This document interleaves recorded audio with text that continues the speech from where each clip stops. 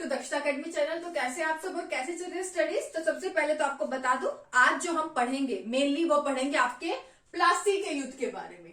प्लासी युद्ध, प्लासी का युद्ध जो कि कब हुआ, 3 जून 1957 के बारे में। तो प्लासी युद्ध के बारे में पढ़ेंगे। तो उससे पहले थोड़ा सा हम डिस्कस करते हैं कि इससे पहले क्या क्या घटनाएं घट चुकी थी। तो हमने देखा था कि बंगाल में जब सिराजुद्दौला नवाब बने तो अंग्रेजों ने देख लिया था कि सिराजुद्दौला जब नवाब बने बंगाल के, तो उनके जो अपने थे, सगे संबंधी थे, वो ही उनके खिलाफ जो है षड्यंत्र रच रहे थे और इसका पूरा पूरा लाभ उठाया अंग्रेजों ने। तो अंग्रेजों के जो आपके अधिकारी है, जो आपके हैं क्लाइव के नेतृत्व में एक टुकड़ी अंग्रेजों की मद्रास से चलकर बंगाल आती है और वहां वो सिराजुद्दौला के अगेंस्ट जो है आपका विरोध करती है और जो फोर्ट विलियम सिराजुद्दौला ने ले लिया था अंग्रेजों से, वो वापिस सिराजुद्दौला से क्लाइव के नेतृत्व में अंग्रेजों की वो टुकड़ी जो मद्रास से बंगाल आई होती है, वो वापिस फोर्ट विलियम क्षेत्र जो है, कलकत्ता जो क्षेत्र है, वो सिराजुद्दौला से वापिस ले लेती है। तो ये कैसे वापस लिया है ये हम लास्ट वीडियो में कवर कर चुके हैं। अब क्या था मेनली, अब क्योंकि क्लाइव का जो यहाँ पर उन्होंने देख लिया था कि पूरा वो जान चुके थे कि जो सिराजुद्दौला है उनकी वैसे बहुत कमजोर स्थिति है।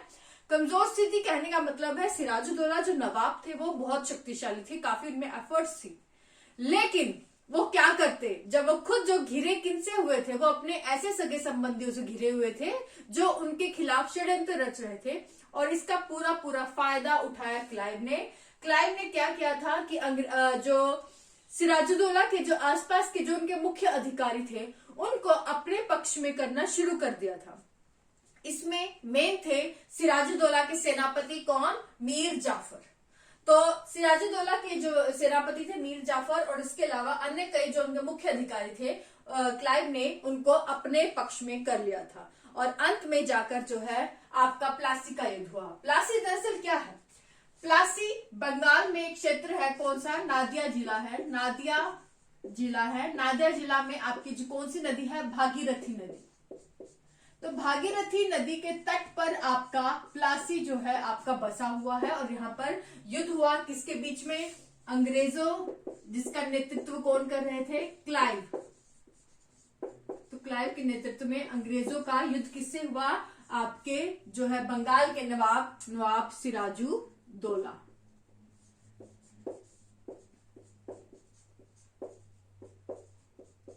इन दोनों के बीच युद्ध हुआ। कब हुआ, 3 जून 1957 को ये युद्ध हुआ, जिसमें आपकी अंग्रेजों की विजय हुई और अंग्रेजों की विजय होने के बाद क्या है, नवाब सिराजुद्दौला को इस युद्ध के मैदान से जो है भागना पड़ा और उनका मेन रीजन यही था हार के पीछे कि इनके जो अपने थे उन्होंने ही इनके खिलाफ षड्यंत्र रचना शुरू कर दिया था और इसका फायदा उठाते हुए क्लाइव ने उनके जो मुख्य अधिकारी थे उनको पहले ही अपने पक्ष में कर लिया था। जिसके बाद नवाब सिराजुद्दौला की हार हुई प्लासी के युद्ध में और प्लासी के युद्ध के बाद जो है अंग्रेजों की विजय हुई। अब उनका जो है जो शासन था बंगाल का कहाँ आ गया, अब अंग्रेजों के हाथ में शासन आ चुका था क्योंकि नवाब जो है वो हार चुके थे, वो युद्ध के मैदान से भाग गए थे। इसके बाद अंग्रेजों ने बंगाल का अगला नवाब किसे बनाया, अगला नवाब उन्हीं को बनाया, सेनापति सिराजुद्दौला के काल में सेनापति कौन थे, आपके सेनापति कौन थे, वो थे आपके मीर जाफर। मीर जाफर जिनको पहले ही इन्होंने अपने पक्ष में कर लिया था। तो मीर जाफर जो है बंगाल के अगले सेनापति बने, अगले नवाब बने और नवाब बनाया अंग्रेजों ने। तो मीर जाफर बंगाल के अगले जो है नवाब बने और मीर जाफर का जो कार्यकाल था वो कब तक रहा, 1757 में प्लासी का युद्ध हुआ, उसके बाद इन्हें नवाब बना दिया गया। इनका कार्यकाल रहा 1760 तक, ये बंगाल के नवाब रहे। 60 तक ही क्यों रहे, तो इसका भी रीजन है। तो जब बंगाल के नवाब अब किसे बना दिया गया है, अब बंगाल का नवाब बना दिया है मीर जाफर को। एक आप कह सकते कठपुतली नवाब था, सिर्फ नाम के लिए नवाब थे, बाकी जो सारे निर्णय लेने होते थे वो अंग्रेजों के चलते थे। और जब ये आपके बंगाल के जो है नवाब बने तो इन्होंने क्या किया, मीर जाफर ने आपका गिफ्ट के रूप में, क्योंकि इन्हें नवाब किसने बनाया था, आपके अंग्रेजों ने बनाया था, तो इन्होंने अंग्रेजों को गिफ्ट स्वरूप क्या दिया, 24 परगना क्षेत्र, एक एरिया था 24 परगना क्षेत्र, इतना जो एरिया है, इतना बड़ा एरिया जो है, इन्होंने अंग्रेजों ने जो मीर जाफर ने अंग्रेजों को जो है उपहार स्वरूप दिया, गिफ्ट के रूप में दिया। 24 परगना क्षेत्र इनको गिफ्ट के रूप में दिया। लेकिन इसके बाद भी अंग्रेजों की टाइम टाइम पर जो है इनसे डिमांड रहती थी, कभी ये कुछ चाहते थे, कभी कुछ चाहते थे, क्योंकि इनकी इतनी पावर नहीं थी। इन्हें नवाब खुद अंग्रेजों ने बनाया था। तो अंग्रेजों की मांग से तंग आकर मीर जाफर जा मिले किससे? डच से। डच से आपके जा मिले और इसका पता किसको चल गया? अंग्रेजों को, कि ये तो अब जो है डच से मिल चुके हैं और इन्हें इनसे खतरा महसूस हुआ और इसके खिलाफ जो है इनका युद्ध हुआ अंग्रेजों और मीर जाफर के बीच, अंग्रेजों और डच के बीच। डच के साथ कौन थे? मीर जाफर। तो अंग्रेजों और डच के बीच युद्ध हुआ, जिसमें डच के साथ कौन थे? आपके मीर जाफर, जो कि कब हुआ? 1759 में, जिसे जाना जाता है बेदारा का युद्ध।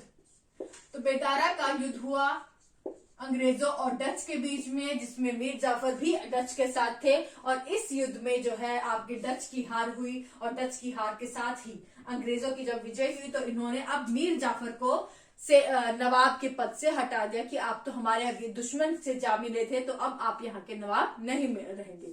तो मीर जाफर को हटा दिया और बेदारा के युद्ध में किसकी हार हुई? डच की हार हुई और इनके साथ मीर जाफर थे। मीर जाफर क्योंकि डच के साथ मिले हुए थे, इसलिए अंग्रेजों ने मीर जाफर को अब बंगाल के नवाब के पद से हटा दिया और अगले नवाब आपके कौन बने? नवाब मीर कासिम। मीर कासिम। तो कौन बने अगले नवाब? मीर कासिम। तो मीर जाफर के बाद इनको नवाब किसे बनाया गया? अंग्रेजों ने किसे बनाया? आपका मीर कासिम को जो है आपका नवाब बनाया गया। तो मीर जाफर के बाद मीर कासिम का अगर हम कार्यकाल देखें तो ये कब से कब तक है? इन्होंने कब से कब तक राज किया? 1757 से 1760 तक। तो मीर कासिम का रहा 1760 से 1763।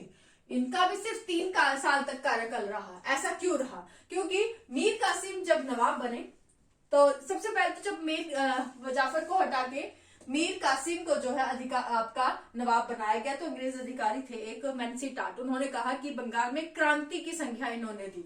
तो दरअसल ये किसी क्रांति की, हमें किसी तरह की क्रांति नहीं लगती है। क्यों?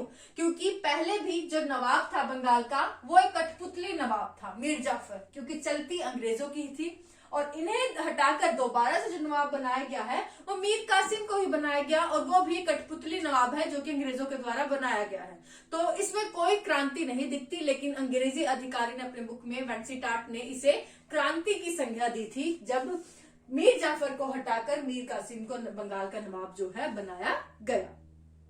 उसके बाद मीर कासिम जब नवाब बनते हैं, आपके इनका जो कार्यकाल 1760 से 1763 तक है और इन्होंने जो है अंग्रेजों को उपहार स्वरूप क्या दिया?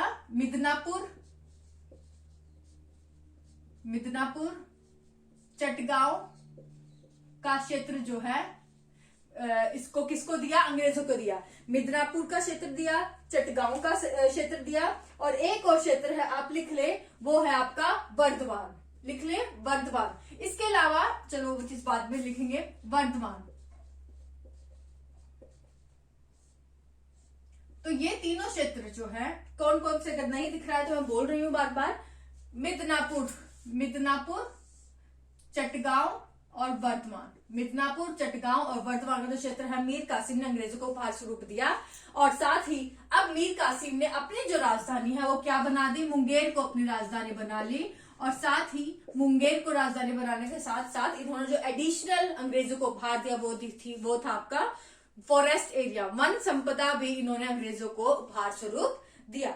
लेकिन आगे चलकर उन्होंने देखा कि बंगाल राज्य को जो बहुत आर्थिक जो है लाभ नहीं हो रहा है, जो बंगाल है वो आर्थिक रूप से वो कमजोर होता जा रहा है। तो उन्होंने पूरा एनालाइज किया और उन्होंने देखा कि अंग्रेज जो है आपका उन्हें जो परमिट मिला हुआ था, एक दस्तक मिली हुई थी, उसका दुरुपयोग कर रहे हैं और ये वही दस्तक है जो 1717 में मुगल शासक फर्रुखशियर ने जो अंग्रेजों को दिया था एक फरमान। मैंने आपको बताया था आपका 2-3 वीडियो पहले कि जो अंग्रेजी एक चिकित्सक थे, डॉक्टर थे, उन्होंने मुगल बादशाह फर्रुखशियर का इलाज किया था और जिससे खुश होकर फर्रुखशियर ने उनको जो है अंग्रेजों को क्या दिया था, एक शाही फरमान जो है उपहार स्वरूप दिया था। उस शाही फरमान को ही यहाँ पे शाही फरमान को भी दस्तक कहा गया है। इसमें क्या था कि शाही फरमान यानी कि दस्तक में ये था कि अंग्रेजों को मुगल शासक ने अधिकार दिया था कि आपकी जो ईस्ट इंडिया कंपनी है वो बिना किसी टैक्स को दिए, बिना किसी करके आप बंगाल में जो है व्यापार कर सकते हैं। लेकिन अब इन्होंने देखा, मीर कासिम जी ने देखा कि अंग्रेज जो है इस दस्तक का जो है दुरुपयोग कर रहे हैं। क्या दुरुपयोग कर रहे हैं कि वो सिर्फ जो व्यापार का अधिकार है ईस्ट इंडिया कंपनी को दिया गया था, लेकिन अंग्रेज जो है अपना जो पर्सनल उन्हें व्यापार करना था, निजी व्यापार भी इस दस्तक के थ्रू करने लग गए थे। और वो कोई कर निजी व्यापार का बंगाल को नहीं दे रहे थे, कोई टैक्स नहीं चुका रहे थे उसका। इसी तरह वो जो ये दस्तक था ये परमिट की तरह था, ये परमिट बेच भी देते थे आम भारतीयों को। उससे क्या होता था कि उन जिनको बेच रहे हैं दस्तक, उससे वो उनसे रुपए तो लेते थे, एक्स्ट्रा वसूलते थे। और उन भारतीयों को क्या लाभ होता था कि उससे उन्हें बंगाल को जो है कोई टैक्स नहीं देना पड़ता था अगर वो वहां से कोई व्यापार कर रहे हैं। तो वो उन्होंने देखा कि काफी दुरुपयोग जो है अंग्रेज इस दस्तक का कर रहे थे। तो इस दुरुपयोग को कम करने के लिए मीर कासिम ने जो है बंगाल राज्य से जो है वो चुंगी को, टैक्स को ही पूरी तरह से हटा दिया कि अब कर लो, अब क्या करोगे, अब क्या किस दस्तक का आप लाभ उठाओगे, किस शाही फरमान का लाभ उठाओगे। मैंने तो बंगाल राज्य से जो चुंगी थी, टैक्स वसूलना ही, जो यहाँ से उन्हें वसूल व्यापार पर जो वसूलते थे, वो ही मीर कासिम जी ने बंद कर दिया। अब इसके बाद अंग्रेजों को स्वाभाविक है उनको लॉस तो होगा ही, क्योंकि काफी वो यहाँ से आमदनी जो है वसूलते थे बंगाल से। तो अंग्रेजों को काफी आर्थिक जो है यहाँ पर घाटा हुआ। और जब ये घाटा हुआ तो उसके बाद जो है इन्होंने जो है मीर कासिम के अगेंस्ट जो है विद्रोह भी किया, क्योंकि ऑब्वियस है अगर जहां से उनको 80% जो आमदनी है इस दस्तक से जब अंग्रेजों को हो रही थी, और एकदम से इस दस्तक को अगर जीरो कर दिया जाएगा, इस परमिट को अगर जीरो कर दिया जाएगा, तो उनको जो है गुस्सा तो आना ही था। तो इनके अगेंस्ट जो है, जो मीर कासिम के अगेंस्ट, इसलिए अंग्रेजों ने विद्रोह किया। और इस विद्रोह के परिणाम स्वरूप क्या हुआ कि जो मीर कासिम है आपके बंगाल से उन्हें भागना पड़ा।